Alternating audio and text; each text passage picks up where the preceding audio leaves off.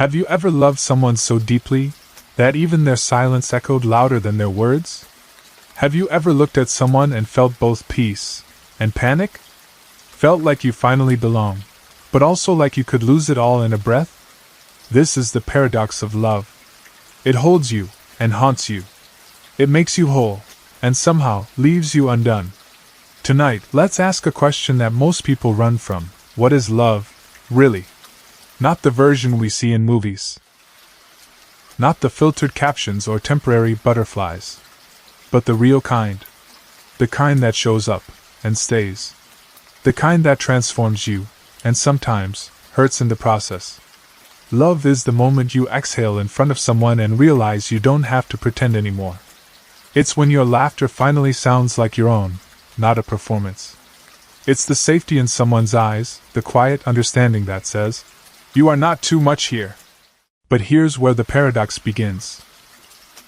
The moment love gives you safety, you start fearing what life would look like without it. The more someone becomes your peace, the more chaos you feel at the thought of losing them. Love gives us something precious, a mirror that reflects who we truly are. But sometimes, that mirror shows us the cracks we didn't know we were carrying. Because when someone truly sees you, they see the light, but they also see the shadow. They see the parts you've hidden for years. The wounds. The weight. The stories you never said out loud. And in being loved, you begin to feel those pieces waking up. It's strange, isn't it? How something so beautiful can also feel so dangerous. We crave love, but love is vulnerability. And vulnerability is exposure. We long to be known, but fear being left once we are. Love is not just a feeling. It's a surrender. It's the willingness to let someone hold the map to your soul, and not know if they'll fold it neatly, or leave it torn on the floor. That's why it heals and hurts all at once. Because to be loved is to be seen. And to be seen is terrifying, if you've spent your whole life hiding. So if you feel like love confuses you, if you've ever asked yourself why something so warm can feel so overwhelming, you're not broken. You're just human. And love is not a formula. It's a paradox. Love doesn't just find you. It notices you. In a world where most people look through you, love stops and sees. Not the version of you that performs. Not the polished smile or rehearsed replies. But the soft, unguarded version of you that even you forgot was still there. That is where healing begins, in the moment someone really sees you and doesn't flinch. Because most of us, we grow up learning how to shrink. We learn to adjust, to stay agreeable, to stay small enough not to disturb, and quiet enough not to disappoint. And love, real love, doesn't ask you to shrink. It stretches to meet you. It reaches into the corners you've hidden yourself in and says, "I see you, even here." That kind of love is rare. But when it arrives, it feels like a reunion with the parts of yourself you thought were unlovable. There's a reason your heart starts to exhale when someone listens without trying to fix you. When they hold your silence without rushing to fill it. When they accept your softness as something sacred, not something to be toughened. Because we've been told, so many times, to move on, to be strong, to get over it. But love says, you can stay a while. You can feel this. Love heals not because it saves you, but because it sits with you. It holds the ache without judgment. It whispers, "Even this version of you is worthy of care." And slowly, you begin to rewrite the story you've told yourself, the one where you had to earn love, prove your worth, or compete for affection. Because now, someone loves you without condition. They don't love you more on your good days or less on your broken ones. They just love you. And in that stillness, you begin to realize you were always lovable. It's just that no one stayed long enough to remind you. Love heals when it becomes a mirror, not the kind that shows your flaws first, but the kind that reflects your softness and says, "You are allowed to be this." It heals when it gives you permission to be quiet and still feel held. To be uncertain and still be chosen. To be overwhelmed and still be worthy. And maybe the most powerful thing about love is that it teaches you how to love yourself, not in grand declarations, but in the tiniest shifts. You start talking to yourself more kindly. You rest without guilt. You cry without shame. You let your heart take up space, because love already made room for it. So yes, love can hurt. But before it breaks you, real love begins by putting you back together. Not because someone else completes you, but because they remind you that you were never incomplete to begin with. That is the quiet magic of love. It doesn't demand. It doesn't fix. It simply arrives, and sees you. And sometimes, that's all you needed to begin healing. Love is gentle, but it's not always soft. Sometimes, love doesn't break you, it awakens what's already broken inside you.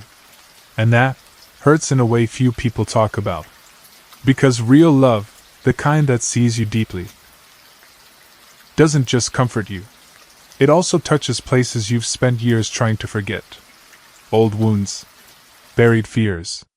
The parts of you that learned how to survive by going numb. And suddenly, love comes in like a warm light, and that light doesn't just shine, it reveals. You feel safe, but also strangely exposed. You want to open up, but your body remembers when vulnerability wasn't safe. When silence was protection. When softness got you hurt. And so love becomes a paradox again. You long to be close, but fear what closeness might uncover. You crave being known, but panic at being fully seen. That's what makes love hurt sometimes, not because it's wrong, but because it's too right. Because it digs through the dust of all the nights you cried quietly in a room that didn't understand you. It echoes the voices of those who made you feel replaceable. It mirrors the moments when trust meant betrayal, and tenderness was mistaken for weakness. Love doesn't cause these memories. It simply reawakens them. And in doing so, it gives you a choice you didn't have before. Will you run from the pain? Or will you finally let yourself feel it, and heal it? That's why people sometimes push love away. Not because they don't want it, but because they fear what it might unearth. They fear becoming dependent, or being left again. They fear opening the door, only to watch it close the same way it did before. And it's not irrational. It's trauma. It's memory woven into muscle, teaching you to flinch at the very thing you crave. Sometimes, it's not that you're afraid of love. It's that you're afraid of what love might ask you to let go of. Your walls. Your independence. Your perfectly rehearsed narrative that says you're fine alone, that you don't need anyone. Because admitting that you want to be loved means admitting you could lose it. Again. And yet, even in that pain, there's something sacred happening. Love, by touching those raw places, is giving you a second chance. Not to rewrite the past, but to respond differently now. To speak the words you never could. To allow closeness where once there was silence. To be seen, and to stay. This is where love becomes a teacher. Not the kind that lectures, but the kind that simply stays in the room while you figure it out. The kind that doesn't rush your healing. That holds space for your panic, your confusion, your sudden silence. That's not rejection, but protection. So if love hurts right now, it doesn't mean it's wrong. It might just mean that something in you is finally being allowed to feel. Not because you're weak, but because you're finally safe enough to break open the things you once buried to survive. And that is also love. Not the fairy tale kind, but the kind that brings up your ghosts so they can finally rest. The kind that doesn't just touch the surface, but reaches down and says, "Even this part of you deserves to be held." Some heartbreaks don't arrive in storms. They arrive in silence, in long pauses between text replies, in the way their name lives in your throat, but you stop saying it out loud. There's a moment that comes in every deep love, a moment where you realize, this might not last. Or worse, this might already be slipping through my hands. And suddenly, you're caught between two impossible choices: hold on, and bleed slowly, or let go, and break all at once. This is one of the cruelest paradoxes love offers, when staying hurts, but leaving feels unbearable. When every memory is still warm, but the present has grown cold. When you replay laughter like a lullaby but cry yourself to sleep in its echo. You tell yourself maybe if you just try harder, maybe if you love them a little louder, a little softer, a little more perfectly, they'll come back. Or worse, maybe they never really left, but they're still not there. And that ache. The ache of almost love hurts in a way full heartbreak never could. Because you're not grieving what was lost. You're grieving what is still here, just not in the way it used to be. They still text, still smile, still show up sometimes. But the spark? The effort? The safety? It's all missing, like someone turned down the volume on your favorite song until all that's left is static. You hold on.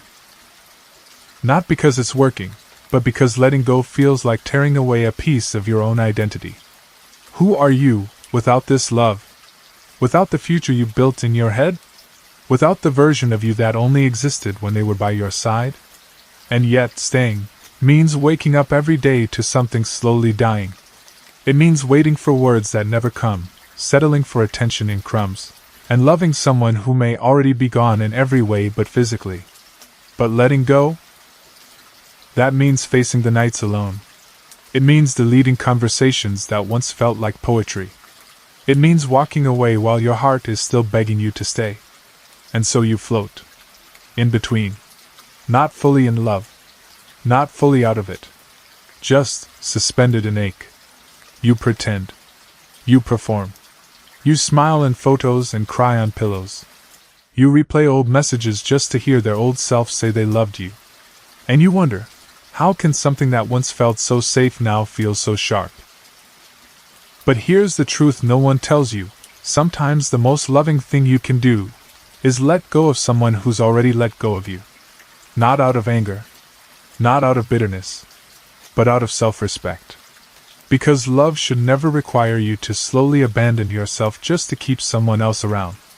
Letting go isn't the opposite of love. It's the final act of it. It's saying, I loved you enough to stay, but I love myself enough to leave. It's knowing you'll grieve. But choosing to grieve the truth, not the illusion. And when you finally do, something shifts. The silence starts to feel like peace. The nights begin to soften. The ache becomes gentler. Not because you stopped loving them, but because you started returning home to the parts of yourself you left behind to love them. So yes, holding on hurts. But letting go? That's how you make room for love to find you again. This time, without conditions.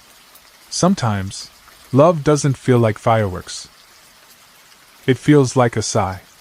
Like slipping into old pajamas. Like the familiarity of your favorite corner of the couch.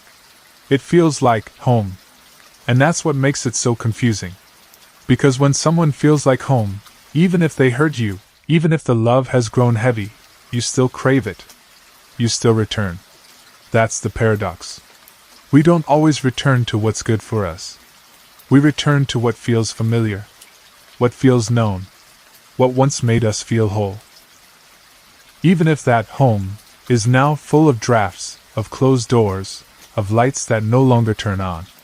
You tell yourself, maybe it will feel like it used to, if I just wait long enough. Because they used to laugh with you. They used to stay. They used to hold your hand without needing to be asked. And maybe, for a while, they really did feel like safety. They really did bring light into the dark. But home is more than a memory. It's a place where you are allowed to exist. Fully. Softly. Without explanation. And love, when it becomes a place where you have to tiptoe, where your needs are too loud, or your feelings are too much, that's not home anymore. That's a haunted house dressed up in nostalgia. Still, you hesitate to walk away. Because starting over feels terrifying. Because a stranger's arms don't carry the scent of your shared past. Because even the hurt in this love feels less lonely than the silence of none. But here's the quiet truth. Sometimes what feels like home is actually the place you outgrew. It's the room that used to fit your heart before your soul expanded. And no matter how deeply you once belonged there, you can't shrink yourself to fit back into a space that no longer holds you with care. You might still love them. You might still feel the pull. But you've learned something love alone can't unlearn. That peace should never come at the cost of your self-worth. That love should never make you question your own softness. And that the feeling of coming home shouldn't come with the fear of losing yourself again. Real love, safe love, feels like home because it accepts every room of you. The messy parts, the broken corners, the doors you keep locked. It doesn't force its way in.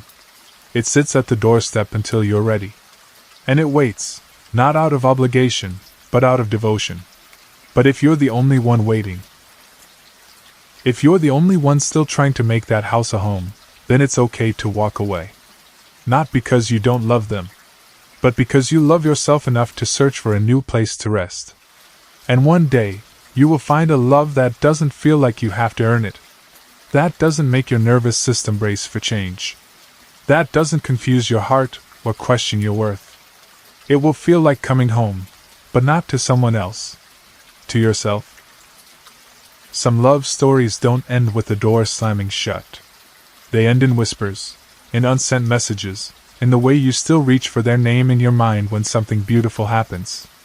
It's not the loss that hurts most. It's the echo. The way love lingers in places you didn't realize it had moved into.